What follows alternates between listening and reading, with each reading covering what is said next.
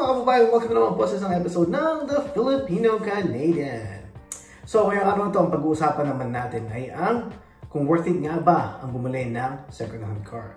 Yes, so madalas po itong malaking debate pagdating sa usapang kotse dito sa Canada. Marami pong nag-uusap or nagdedebate kung ano nga ba ang mas magandang gawin or bilhin, ang second-hand car ba or ang brand new car. So sa mga nakakilala sa akin or sa mga nanonood ng aking mga videos, alam nyo po na lagi ko pinupush ang pagbibili ng second-hand car muna, lalong-lalo na kung bago ka dito sa Canada. At syempre, mas okay, mas maganda kung afford mo talaga ang brand new car, di yun ang bilhin mo. Basta, ang key doon ay kung afford mo talaga siya at kung naka-budget ka para dito. So meron kaming biniling van noong 2019. Trinade in ko yung aking dating CRV na sasakyan. So yung value ng kotse nung nakuha ko ay nasa 9,000 siya. Nagdadaga ako ng 2,000 pero ang total ng kotse talaga is 9,000. So wala po akong binabayaran na monthly payment until now. At saka ang binabayaran lang talaga namin ay yung car insurance. Yun lang. So medyo mababa siya kasi ang kinuha na namin ay basic. So yung van namin, ginamit na namin siya for 2024 na ngayon. So around 4 years na. So sa 4 years na yun, wala naman akong major na mga repairs na ginawa dun sa kotse. So pinaka nagastos ko lang siguro na repair ay yung tambucho. So umabot siya ng 1,000. And this year lang talaga na ang daming lumabas na sakit ng kotse at ang dami kong kailangan palitan. Lagi rin kasing naging debate yan dito sa Canada. Pag bumili ka daw ng second-hand car, marami pa daw lalabas sa sakit yan o marami pang sakit sa ulo na mangyayari dahil nga dami pang gastusin dyan. So, pwedeng maaari po na tama naman sila at maaaring hindi rin. May mga parts na tama sila, may mga parts na mali sila. Depende po talaga yan sa brand ng sasakyan at saka kung gano'n nakaluma ito at kung binili mo to ng wala kang alam at hindi mo talaga pina-check bago mo kinuha to, pwedeng may mga problema pang lalabas. So mas mapapagastos ka talaga. Gusto ko din share sa inyo yung knowledge na nakuha ko sa aking kaibigan dito sa Canada pagdating sa paggagastos sa repair ng kotse. So para sa kanya, sabi niya na ang budget niya sa repairs ng kotse per year ay $3,000 Canadian dollars. So pag lumampas na daw ito dun sa budget niya, mapapaisip daw siya kung ipapalit niya na or ibebenta na yung kotse. Kasi minsan ang nangyayari ay mas mahal pa yung gastos mo sa repair versus dun sa presyo ng sasakyan na meron ka. So pag ganun na yung sitwasyon, syempre mapapaisip ka na, worth it pa bang ipa-repair ito o ibenta ko na lang. So yun na din yung ginamit ko na philosophy pagdating sa mga pagkukotse dito sa Canada. So never pa ako nag-brand new yung lahat ng kotse na nagamit ko dito sa Canada. Until now, yung ginagamit namin puro second-hand car. So so far, sabi ko nga sa inyo, within the 4 years na gamit namin yung van, siguro ang pinaka-gastos ko pa lang sa repair lang to ay nasa 1,500. Yun. So, sobrang baba pa niya sa 4 na taon.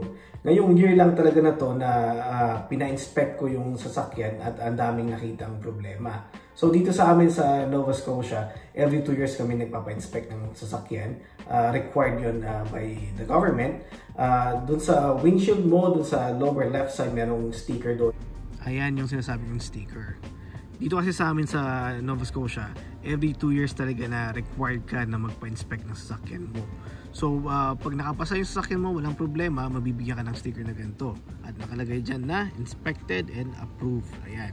So, as you can see, yung sa akin, expired siya ng 2024 March. So, matagal na siyang expired. Kaya kailangan talagang ipa-inspect ko na to. At para siya ay pumasa, kailangan kong ma-fix lahat yung mga problema niya. So, yun yung ginagawa ko ngayon. So, yung van namin expired na at pina-inspect namin. Ang nangyari, yun nga, ang daming nakitang sakit or problema. Kaya naman, kailangan kong ipaayos ito. Pero bago ako to pinag-isipan muna namin kung talagang worth it ba na ipaayos ito, worth it pa na ipaayos ito, or kuha na ako ng bagong kotse. Pero natingin kasi ako online ang kotse ngayon, wala ka nang mabibili ng 2,000 to 3,000. Meron, pero sobrang pangit na, bulok na ang taas na ng mileage. Diba? Kung gusto mo talaga magkotse ngayon ng decent, at least na maayos na sasakyan, ang budget mo dapat ay nasa 10,000 to 15,000 dito sa amin sa Nova Scotia. Ipapakita ko sa inyo kung ano yung mga kailangan kong ipaayos sa kotse. So by the time na ginawa ko itong video na to, ayos na yung sasakyan. So dun sa listahan na binigay nung mekaniko, ang dami niyang nakalista dun.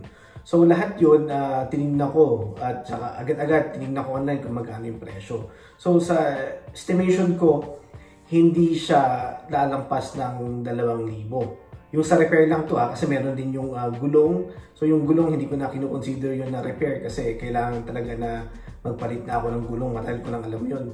So yung repair pa lang, ang estimated price ko, papakita ko yung presyo at saka yung mga resibo mamaya dito sa video.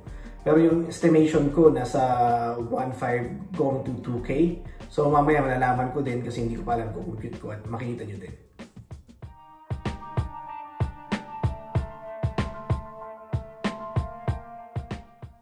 Ayan. So ito pa lang yung mga nakukuha kong parts ng van. Kasi nga ang hirap niyang hanapin dito sa area namin. Halos pinuntahan ko na lahat yung mga car parts shop dito sa area namin at wala akong mahanap. Yung iba kasing parts available lang siya online tapos ang tagal niyang dumating. So ito yung in-order ko siya sa Canadian Tire. Sa Canadian Tire ko nga pala nahanap to. Dumating siya after a day. Mabilis lang. Kasi meron silang partner shop at dito sa area namin doon sila kumukuha ng parts. Ngayon, yung iba, kailangan pang orderin online sa ibang shop tapos aabot siya mga 1 linggo bago dumating. So, ang ginawa ko na lang ay nakisuyo na lang ako kay paring Ralph. Siya yung mag-repair ng van. Tutulong sa akin mag-repair ng van. At meron siyang account online kasi sa mga shops at pwede siyang mag-order. So, sa kanya na lang ako hihingi ng pabor para umorder. At ito yung mga parts na nakuha ko pa lang. Ayan. Ito, almost $28 ito. Ano ba to? Ito yung joint, I believe. Nakalimutan ko na yung mga pangalan ng mga parts. Tapos ito yung brake shoe. Yan, para sa e-brake. Tapos ito naman yung, sorry madilim, brake pads. Ayan, ito kasi yung isang requirement ng mekaniko. Ayan, so dadalhin ko na yung sasakyan ngayon para ayusin niya na bukas. Uy, ayan, dumating na sa wakas, ilang araw lang. Ito yung in-order kong spring. Ayan. Nice. Ayan, dumating na yung isang package galing sa auto shop. At ito naman yung control arm. Nice, kompleto na.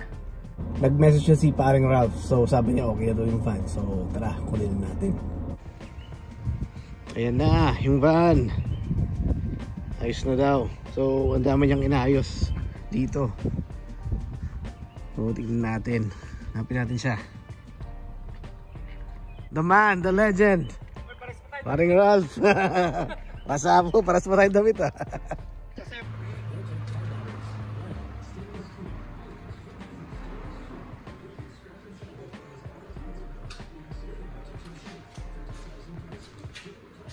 Ayan, price reveal tayo para makita nyo kung magkano nagastos ko sa lahat-lahat ng repairs nitong van. So, dito, yung transmission mount, it cost me $110. Ayan. So, ito naman ay yung hardware para dun sa brake shoe. Sa e-brake. Ayan. So, ang presyo niya ay $60.50. And ito yung isa sa pinakamarami kong nakuha sa Canadian Tire. Ayan. Yung brake shoe. Ayan. Brake pads. Saka yung link. Ayan. So, ang cost niyan ay nasa $162. So, ito pa. Meron pa. So, ito na yung total cost ng lahat ng nagastos ko para sa van. Para sa akin, nakatipid talaga ako dahil kung dadalhin ko to sa mekaniko, mas makapagastos ako, mas makapadoble yung bayad ko dito or more. Tapos tandaan lang natin na yung mga nagastos ko ngayon ay one-time gastos lang. Kasi hindi naman dapat na every year tayo magpa-repair, lalong-lalo na kung maganda yung maintenance natin sa sasakyan natin. So kung ano yung nagastos ko ngayon, yun na yun. So hopefully tatagal itong mga to ng years. So ayun na nga. Bago ko naman pina-repair yung sasakyan, ang maganda kasi dito sa tropa ko pinagawa. So magaling naman si paring Ralph at ang bilis niyang gawin yung sasakyan. Wala pang isang araw tapos na niya. So bago ako nag-decide na gawin to, tingnan ko muna yung presyo at nung nakita ko na kaya naman, hindi pa siya lumampas ng 3,000. So talagang sinugal ko na.